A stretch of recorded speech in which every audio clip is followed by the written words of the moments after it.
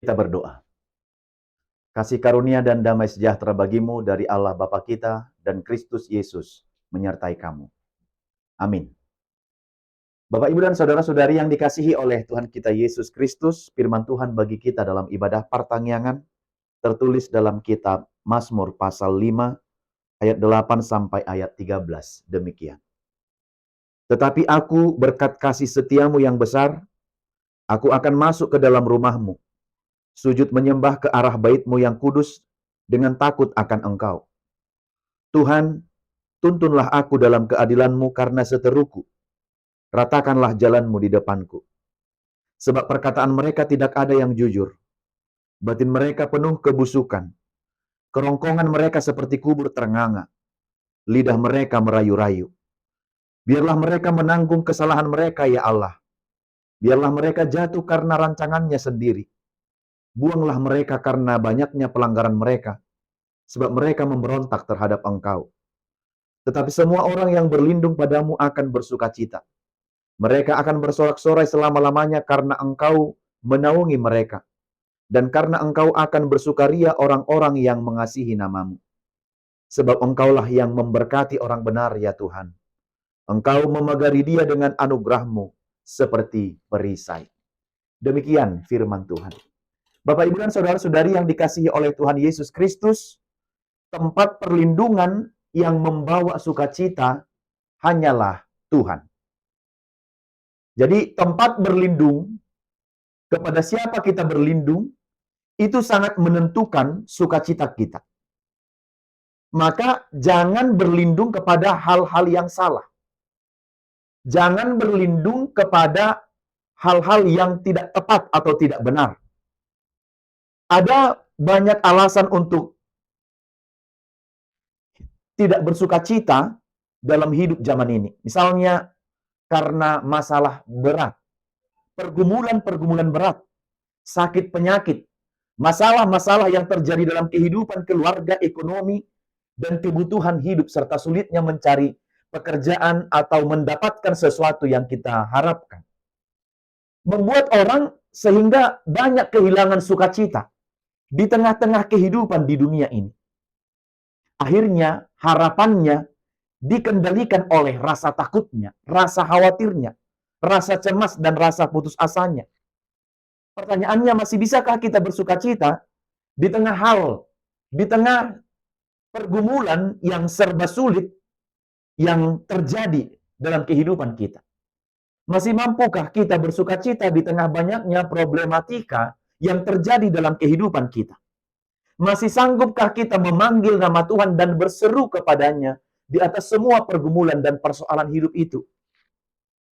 Dalam firman Mazmur yang kita dengarkan pada saat ini, dalam firman Tuhan ini, di tengah banyaknya tantangan dan pergumulan yang dihadapi oleh pemazmur, maka dia memilih alamat yang tepat kepada siapa kemudian dia akan menyampaikan pergumulannya yang berat itu.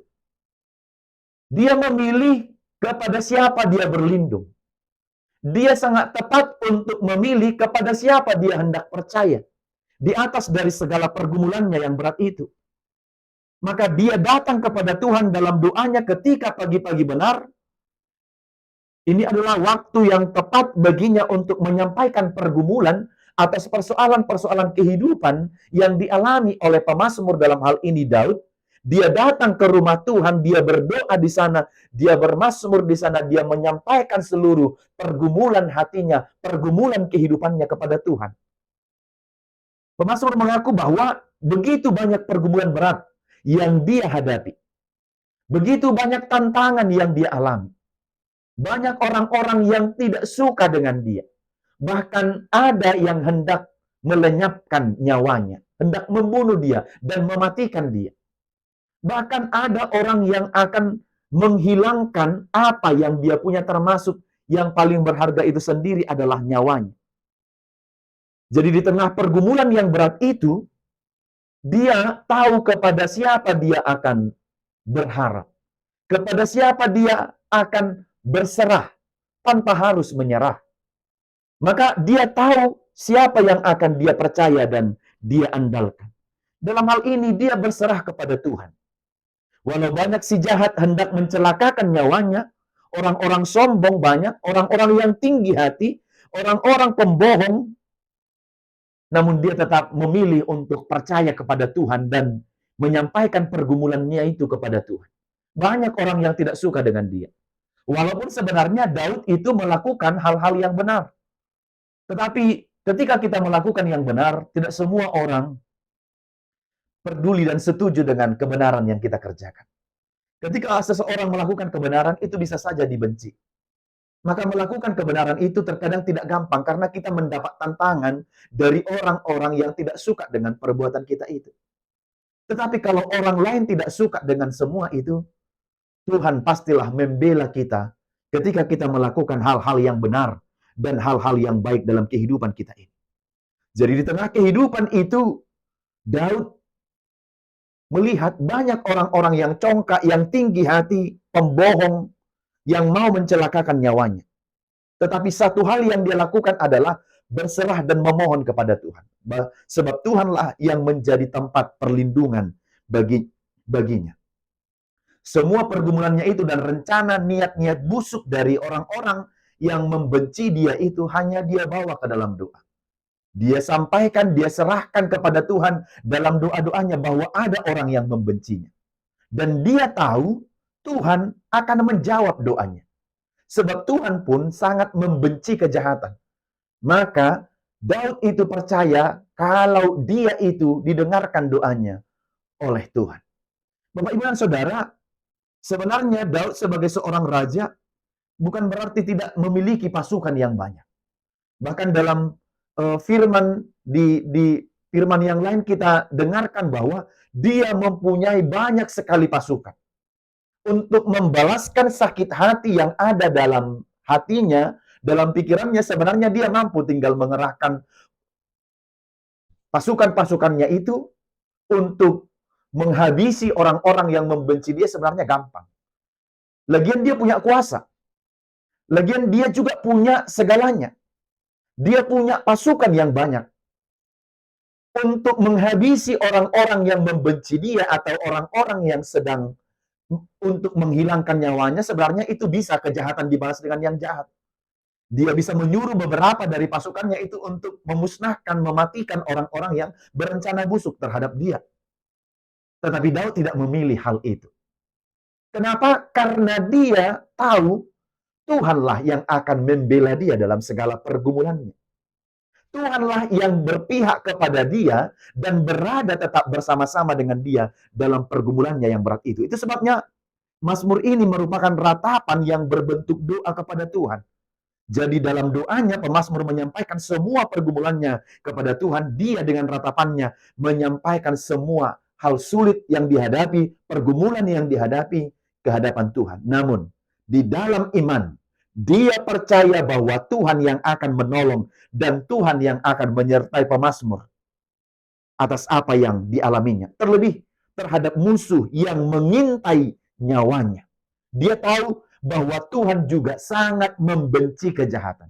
Maka ketika dia menyampaikan pergumulannya itu, karena ada orang yang tidak mencintai kebenaran yang dia lakukan dan dia kerjakan, sama dengan Tuhan juga tidak mencintai kejahatan, maka kita yakin dan percaya kalau Tuhan juga pastilah akan membela Daud dari pergumulannya yang berat itu. Bapak, Ibu, dan Saudara yang dikasihi Tuhan Yesus Kristus, pemazmur yakin bahwa sekali lagi dia percaya Tuhan akan menolong dia, membantunya dari pergumulan yang berat itu. Tuhan akan mendengar dan menjawab doanya sesuai dengan apa yang dipandang Tuhan baik terhadap dia. Di ayat 8 dan sampai ayat 10, dalam firman ini kita sudah mendengar, tetapi aku berkat kasih setiamu yang besar, aku akan masuk ke dalam rumahmu dan sujud menyembahmu ke arah baitmu yang kudus dengan takut akan engkau. Aku akan datang menyampaikan segala pergumulanku, aku akan datang ke baitmu, aku akan datang menyembahmu dengan takut akan engkau. Itu bukan karena ku ada-ada atau karena ku karang-karang dan ku buat-buat sendiri, tapi memang real, nyata seperti itu. Ada orang yang membenci aku. Aku akan datang dan menyampaikannya di dalam baitmu segala pergumulan-pergumulan berat yang kuhadapi. Maka dia sujud menyembah Tuhan. Maka dia katakan, tuntunlah aku Tuhan dalam keadilan-Mu karena seteruku. Tuntunlah aku. Supaya ketika aku dibenci oleh orang pun, nyawaku sedang diintai, aku tetap pada jalan-Mu. Tidak membalaskan kejahatan, balas dari kejahatan. Maka tuntunlah aku dalam jalan-Mu.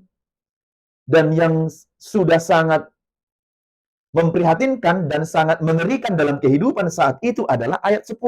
Sebab perkataan mereka tidak ada yang jujur. Batin mereka penuh kebusukan. Kerongkongan mereka seperti kubur ternganga dan lidah mereka merayu-rayu. Inilah kondisi real dan realitas yang dihadapi oleh seorang Daud di tengah-tengah kehidupan banyak orang ketika itu. Maka sepertinya sudah sangat masyarakat ini sudah sangat hidup dalam kemauannya sendiri, tidak lagi takut akan Tuhan. Dan perkataannya tidak jujur, penuh dengan kebusukan, kerongkongannya seperti kubur ternganga, lidahnya merayu-rayu untuk melakukan kejahatan, dan inilah kondisi real. Maka sangat mungkin Daud itu bergumul dengan pergumulan itu. Dia melakukan kebenaran sementara banyak orang yang tidak memandang itu sebagai kebaikan. Bahkan dia dihina dan diejek ketika berbeda dengan pelaku-pelaku kejahatan itu. Jadi seolah yang baik ini yang diduga salah, yang jahat itu dinilai benar. Maka dalam ayat 11, biarlah mereka menanggung kesalahannya. Pemazmur tahu bahwa Tuhan adalah hakim yang adil. Maka Tuhan pasti membenci pelaku kejahatan. Pemazmur menyampaikan pergumulannya kepada Tuhan untuk meluruskan hukum dan menegakkan keadilan sejati kepada manusia. Maka pemazmur mempercayai bahwa hukum Tuhan itu benar dan lurus. Itulah yang disampaikannya. Dari sini kita tahu bahwa pemazmur menyampaikan dan memberitahukan di hata-hata mengalu-aluhon segala pergumulannya kepada Tuhan. Namun, ini yang perlu Bapak Ibu. Bukan dia yang menentukan perbuatan atau tindakan apa yang hendak dilakukan Tuhan terhadap musuhnya itu. Jadi dia tahu porsinya, menyampaikannya itu kepada Tuhan, tetapi untuk membalaskan itu kepada orang yang salah itu bukan porsinya Daud. Tetapi itu adalah bagian dari Tuhan. Pembalasan itu milik Tuhan. Yang perlu adalah ketika Daud menyampaikan itu dalam pergumulannya, dan dia yakin Tuhan mendengar, maka dia percaya, sekali lagi, Tuhan yang memberikan jawaban atau balasan yang setimpal dengan perbuatan-perbuatan yang dilakukan oleh orang-orang jahat itu. Jadi bukan pemazmur yang menentukan jawaban Tuhan. Terkadang dalam doa-doa kita kan kita memaksakan kehendak kita kepada Tuhan. Tuhan, aku mau ini, kalau bisa harus ini. Kita hanya menyampaikan. Selanjutnya, yang memberikan apa yang kita mohon dan kita minta itu adalah Tuhan. Karena Tuhan lebih tahu apa yang lebih baik yang dipandangnya untuk kita. Bukan berdasarkan pikiran-pikiran kita. Maka kita boleh merubah pola kita selama ini berdoa. Kalau selama ini kita katakan, kita memaksa kehendak kita dalam doa-doa kita memaksa Tuhan untuk mewujudkan apa yang kita mau, yang kita pikirkan, bahkan walaupun itu negatif, mencelakai kehidupan orang lain, kita paksakan Tuhan mendengarkan permohonan dan doa-doa kita. Itu salah. Yang ada adalah kita bermohon kepada Tuhan, menyampaikan semua kehadapan Tuhan. Tuhan akan menjawabnya menurut Tuhan pandang baik bagi kita. Maka hal seperti ini sangat perlu. Jadi di sini pemazmur bukan mau menghakimi orang yang jahat itu sendiri. Dia tidak bilang, Tuhan, karena dia sudah jahat, balaskan kejahatannya, padahal aku baik. Matikan dia segera, habisi nyawanya, karena dia sudah berencana busuk terhadap aku. Buat dia celaka, buat dia segera menderita, buat dia pontang-panting mengerjakan segala sesuatu, tidak mendapat berkat apa-apa darimu. Tidak. Dia hanya menyampaikan dalam doanya apa yang patut dia sampaikan pada porsi-porsi yang tepat. Dan dia tidak menghakimi orang lain di dalam doa-doanya itu. Tapi dia menyampaikan semua pergumulannya, jawaban doanya ada pada Tuhan. Tapi pasti Bapak Ibu, dia sudah lega, dia sudah puas, dia sudah aman karena sudah memberitahunya kepada Tuhan. Soal Tuhan akan membalaskan, melakukan sesuatu terhadap orang yang memusuhinya, itu adalah hak Tuhan. Itu adalah bagian Tuhan. Itu adalah porsi Tuhan. Bukan malah manusia yang harus mengatur-atur Tuhan untuk melakukan jawabannya atas doa-doa kita. Maka Tuhan akan melakukan seturut dengan apa yang dia pandang baik terhadap orang itu. Selanjutnya ayat terakhir, 12 sampai ayat 13. Tetapi semua orang yang berlindung padamu akan bersukacita. Mereka akan bersorak-sorai selama-lamanya. Engkau menaungi mereka, mereka akan bersukaria dan mengasihi namamu. Inilah. Jikalau orang tetap berlindung kepada Tuhan dalam pergumulannya, seberat apapun masalahnya, maka orang-orang yang seperti inilah yang akan mendapat sukacita. Jadi lihat, setelah pemazmur melaporkan, menyampaikan semua pergumulannya pada Tuhan, dia bersukacita. Itulah sukacita orang yang percaya. Ketika kita menyampaikan segala pergumulan kita, kita yakin Tuhan akan mendengarkan, maka disitulah letak dari sukacita kita. Selanjutnya ditutup dalam ayat yang ke-13. Sebab engkaulah yang memberkati orang benar ya Tuhan. Engkau memagari dia dengan anugerahmu seperti perisai. Tuhan yang akan memberkati orang-orang benar itu. Dan tidak akan diapa-apakan. Dan tidak akan dicelakakan oleh orang-orang jahat. Sebanyak apapun strateginya, sebagus apapun strategi orang jahat itu untuk mencelakakan kehidupan orang-orang benar, maka strategi itu pun bisa celaka dan hancur kalau Tuhan tidak menghendaki itu terjadi. Maka sekali lagi, bahkan dikatakan, Tuhan yang akan memagari orang-orang yang benar itu seperti perisai. Maka kita semua dalam perlindungan Tuhan dan dalam penyertaan Tuhan. Tuhan yang akan melakukan yang baik untuk kita. Jadi semua orang yang berharap kepadanya, pemazmur tahu, orang yang berserah kepada Tuhan, bukan kepada manusia. Kalau manusia, malah kalau kita meyakini dia, ini bisa menambah masalah. Malah timbul persoalan yang baru. Tetapi kita tahu, Tuhanlah yang menjadi sumber kekuatan bagi kita. Baginya lah syukur kita, mazmur kita, doa-doa kita, sukacita kita adalah ketika tetap bersama Dia selama-lamanya. Sekali lagi, engkau akan diberkati kalau engkau tetap benar, engkau akan dijaga seperti perisai. Maka dalam firman ini 3 hal. Yang pertama, andalkan Tuhan dalam segala masalah dan pergumulan kehidupanmu. Jangan andalkan pikiranmu, jangan andalkan dirimu. Tetapi berserah, beritahukan, doakan kepada Tuhan. Tuhan akan mendengar pergumulanmu. Yang kedua, yakin akan pertolongan Tuhan. Kita mengetahui bahwa keputusan yang terbaik itu datangnya dari Tuhan. Maka Tuhan akan melakukan yang Dia pandang baik bagi kita. Maka bagian pembalasan adalah hak Tuhan. Kalau engkau sakit hati banyak pergumulanmu, kau hanya berdoa, selanjutnya Tuhan akan menjawab doamu dan melakukan apa yang Dia pandang baik bagimu dan apa yang harus Dia lakukan bagi orang yang membencimu. Yang ketiga dan terakhir, akan bersukacita orang yang menyerahkan atau berserah kepada Tuhan dalam pergumulannya. Maka setiap kita dapat bersukacita ketika kita mau menyerahkan semua pergumulan kita kepada Tuhan. Dan kita percaya Tuhan akan menolong kita seturut dengan kehendak-Nya. Amin. Kita berdoa. Bapa dalam surga, kami bersyukur dan berterima kasih menerima firman-Mu pada hari ini. Engkau mengajarkan kami bahwa ketika kami bertemu dengan Engkau, akan mendatangkan sukacita dalam kehidupan kami. Biarlah perjumpaan kami bersama dengan Tuhan mendatangkan sukacita-sukacita yang melimpah dalam kehidupan kami. Walaupun banyak tantangan pergumulan dalam kehidupan kami, dan di sekitar kami banyak orang-orang jahat, bahkan kadang akan mencelakai kami. Tapi kami yakin dan percaya, dalam perlindungan Tuhan, kami akan aman dan tentram.